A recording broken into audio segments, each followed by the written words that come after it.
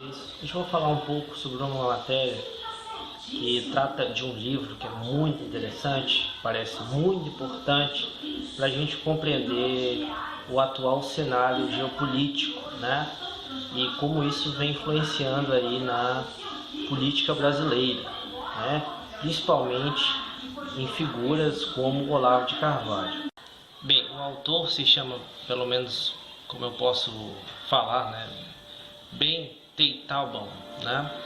E o seu livro, tradução livre, seria Guerra pela Eternidade dentro do Círculo dos Poderosos de Direita Radical de Bannon, né? O livro vai explicar ali o que essa teoria política, essa ideologia que se chama tradicionalismo e como figuras, né, como Olavo de Carvalho, Steve Bannon e Dugin, né, se unem dentro desse pensamento, né? E o livro vai tratar sobre as características principais desse tradicionalismo. O livro diz, né, que a política externa brasileira ela é um reflexo desse tradicionalismo e da ojeriza à China e uma aproximação com os Estados Unidos. É bem possível que você conheça o Olavo de Carvalho, né? O Olavo de Carvalho é o guru do bolsonarismo, mas para explicar um pouco aqui, resumidamente, quem é o Steve Bannon, né? Ele é um estrategista americano, né? Ele inclusive deu diversos conselhos, tanto para o Olavo quanto para o próprio Bolsonaro, de estratégias ali, inclusive aquelas mensagens, aquelas fake news que foram sistematicamente ali lançadas para milhões de pessoas via WhatsApp durante o período das eleições. Essa estratégia é atribuída ao Steve Bannon, né? E o Dugin é um conselheiro do líder supremo da Rússia, Vladimir Putin, né? Então, a gente vê como essas pessoas estão diretamente ligadas a figuras bem poderosas, como Trump, como Bolsonaro, como Vladimir Putin, né? Então, essas figuras estão fazendo a cabeça de pessoas que estão no poder, estão ali orientando, né? A gente vê, por exemplo, no Brasil, muitos ministros que foram escolhidos ali, foram pedidos, né, do Olavo de Carvalho. Então, isso a gente já pode perceber de uma forma bem clara a influência dessas pessoas aí na política desses países. O autor desse livro diz que nunca antes, né, esse tradicionalismo teve uma influência política tão forte como está tendo atualmente, né, nos últimos anos.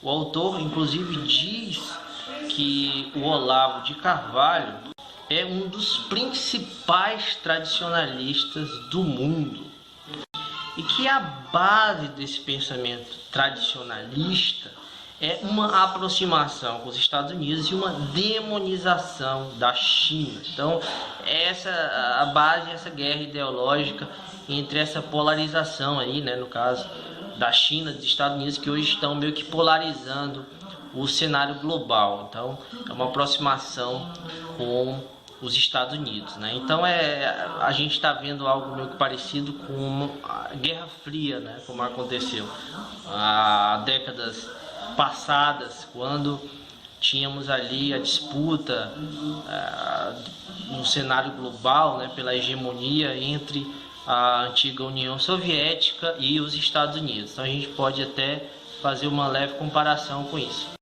Esses tradicionalistas acreditam que a religiosidade, a espiritualidade deve estar no centro da sociedade, em vez de uma democracia secular, da liberdade de expressão, da igualdade e econômica também, né? Então, eles colocam no centro da questão essa questão da religiosidade, dessa espiritualidade, né?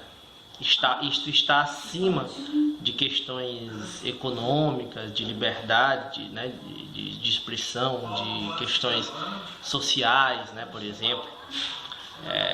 Talvez até por aí a gente pode até observar a frase, né, que o Bolsonaro utiliza, né, Deus acima de todos, né? Então a gente pode ver como eles sempre trazem essa questão da religiosidade, essas questões morais, esse moralismo como um pilar ali principal para a sociedade.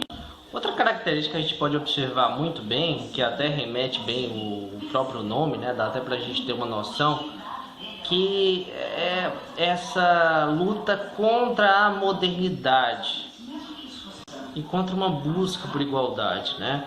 Ao contrário disso, eles são favoráveis, eles defendem uma maior hierarquização, né, da sociedade e uma busca por religiões não corrompidas, né, por essa chamada modernidade. Eu vou ler aqui um trecho, né, do que o autor que eu citei no início fala, que diz o seguinte, né? Segundo Bannon e Olavo, a ala ideológica do governo brasileiro está lutando para livrar o Brasil de sua geopolítica mercantilista que amarra o país à China, em vez de priorizar as raízes espirituais que tornam o Brasil parte do Ocidente judaico-cristão, né? Então, eles vêm com esse papo, lá vem com esse papo de um resgate ali de uma cultura, né, judaico-cristã, de uma religiosidade desse tipo. Aí aqui o autor explica por que eles odeiam a China, né, o que eles atribuem à China. Diz o seguinte: a China representa tudo o que os tradicionalistas rejeitam. Na visão deles, é uma sociedade massificada, materialista, científica, desumaniza as pessoas e está focada em aspectos econômicos. Aí o autor ele diz aqui que neste ponto há uma divergência ali entre o Olavo, né, e o Dugin, né? Enquanto tanto o Olavo como o Bannon tem essa rejeição pela China e coloca a China como o grande problema, o Dugin ele coloca os Estados Unidos, né? Diz que, né, são os Estados Unidos que são de fato a grande ameaça.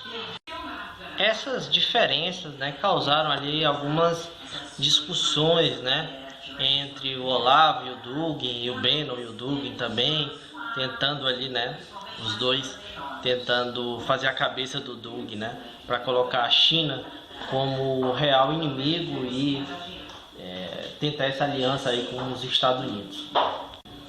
Olá, e outro ponto, né, que eu queria falar também era um pouco aqui dos autores do pensamento tradicionalista, os principais pensadores, né? Estão entre eles René Guénon, autor da Crise do Mundo Moderno, e o italiano Julius Evola, que escreveu Revolta contra o Mundo Moderno. O Guénon, olha aí o que ele faz, né? Ele diz que o Renascimento foi o início da Era das Trevas. Enquanto a gente, né, geralmente nos nossos estudos, a gente vê que a Era das Trevas, né, esse título, esse termo, é atribuído à Idade Média, né, que era uma época anticientífica, era uma época onde a religião era predominante e tudo tinha que se sobrepor, ela se sobrepunha a tudo, né, que existia. Então, não havia liberdade econômica, não havia liberdade de pensamento, não havia liberdade de pensamento científico, filosófico, né?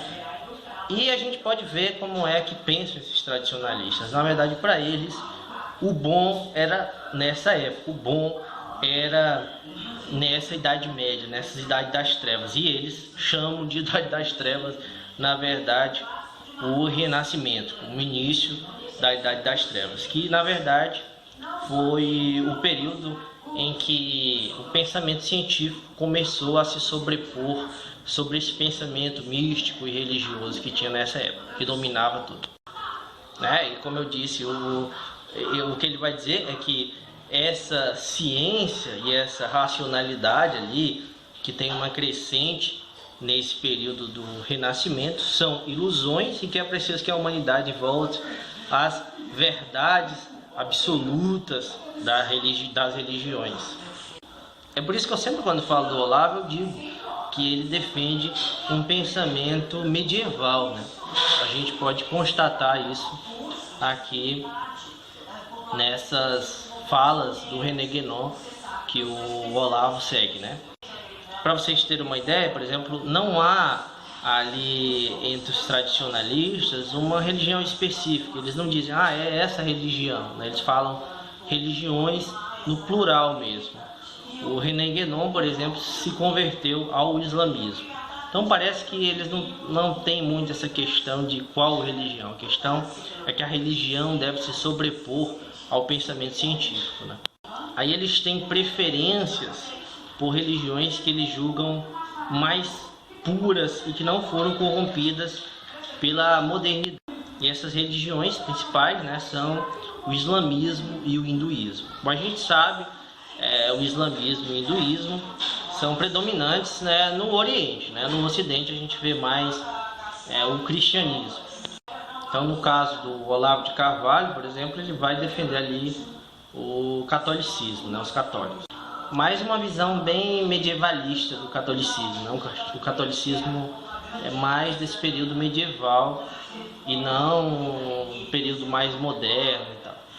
O outro ponto interessante que vale destacar, né, é que o italiano Evola, né, que é um dos principais autores aí desse tradicionalismo, ele colaborou com o ditador fascista Benito Mussolini e também tentou influenciar líderes nazistas.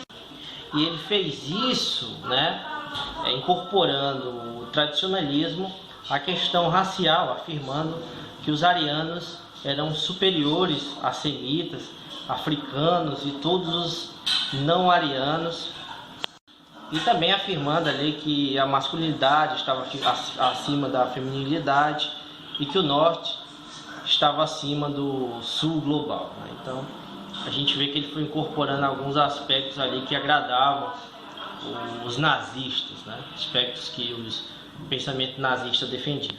Tanto, né, que o autor do livro que eu citei, ele diz o seguinte, que o movimento tradicionalista acabou gerando uma metástase do fascismo italiano. Então o autor diz que hoje em dia, né, alguns tradicionalistas eles rejeitam alguns desses pensamentos do Guénon e de Evola, mas ao mesmo tempo, né,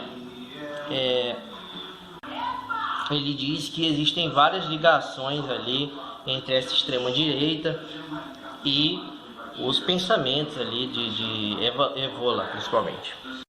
Ele diz que tem um partido, né, também da Hungria, né, é de uma direita radical que influencia muito nesse tradicionalismo. E uma coisa interessante aí para falar sobre o Brasil, né, que é que o Ernesto Araújo, né, o autor do livro diz que o Ernesto Araújo, né, discute obras de Guénon e de Evola fluentemente. Um dos exemplos que o autor cita é um texto, né, do Ernesto Araújo, né, que o título do texto é o seguinte: Trump e o Ocidente, né? É um texto que ele escreveu em 2017 e, segundo o autor, o motivo pelo qual ele foi escolhido foi justamente para ser chanceler do governo Bolsonaro, justamente devido a esse texto. E num texto mais recente, o Ernesto Araújo, né, ele bebe muito das ideias do tradicionalismo ao criticar o que ele chama, né, de projeto globalista, a Organização Mundial da Saúde, a ideologia de gênero e o imigracionismo, né? Todas essas são ideias ali que a gente sabe muito bem que ele e o Olavo rejeitam, né? Inclusive esse termo globalismo é um termo que a gente ouve bastante aí por figuras ligadas ao Olavo de Carvalho. E aqui tem uma uma coisa que um trecho aqui que resume muito bem essa ideia do que é para eles esse tal globalismo. Vou ler aqui para vocês. Para os tradicionalistas, a era das trevas em que vivemos é o globalismo, em que a hierarquia é destruída e não há fronteiras nem limites. E a tradução máxima disso são as instituições que desafiam fronteiras, como ONU, União Europeia e OMS. O autor diz, né, que apesar de todas essas características que deixam bem claro que o Olavo é um tradicionalista, né, ele rejeita esse rótulo porque ele rejeita qualquer rótulo. Mas na prática ele é um tradicionalista, não resta dúvidas disso.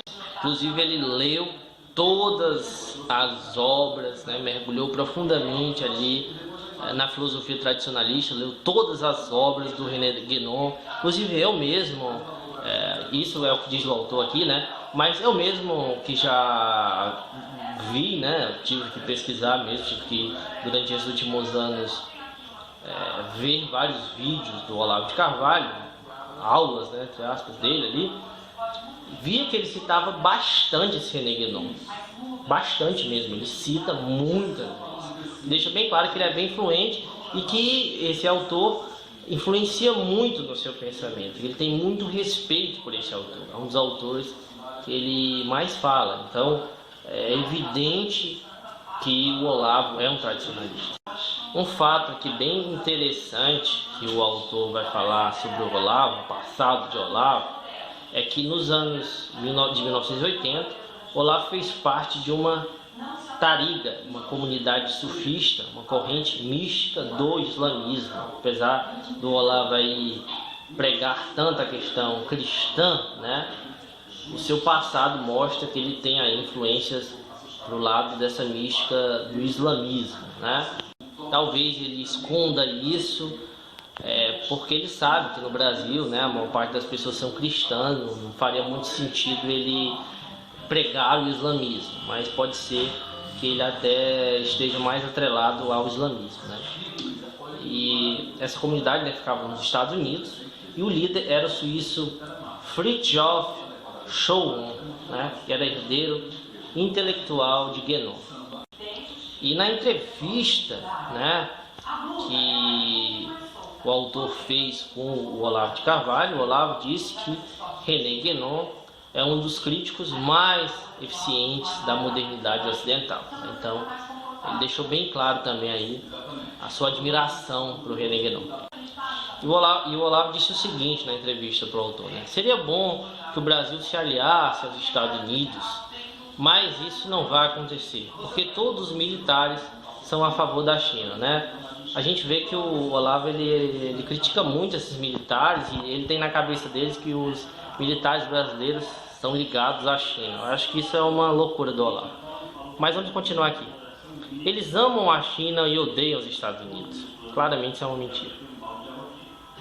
E então o Brasil é um aliado da China, um instrumento da China. Absurdo, né? Vamos continuar aqui. O Olavo dizendo: a China é o maior perigo. Eles não têm uma noção da humanidade. Eles acham que as pessoas são coisas, que você pode substituir uma pessoa pela outra. Eles não são boas pessoas. Porém, apesar desse suposto pessimismo que o Olavo tem em relação ao Brasil, ele é extremamente otimista em relação à Europa, que eu acho bem estranho, né? O Olavo... Bem, mas agora eu entendi. São alguns países específicos da Europa, né? Como a Hungria, a Polônia, a Romênia, países que estão aderindo aí à extrema direita, né? Então, esses países, segundo o Olavo, visão dele aqui, estão acordando para a base espiritual da civilização. As palavras aqui do autor, vou ler. Agora eles sabem que a sociedade não se pode basear em dinheiro, ciência e tecnologia. É absurdo. Se você não tiver contato com Deus, você está perdido. Então é isso, gente. Espero que vocês tenham gostado aqui Eu achei bem interessante, depois vou dar uma pesquisada, vou ver se eu consigo achar esse livro, porque realmente é muito importante a gente compreender esse tradicionalismo. Espero que vocês tenham gostado, peço que vocês deixem seu like, que vocês compartilhem esse vídeo, que é um tema muito importante. Obrigado a todos e até mais.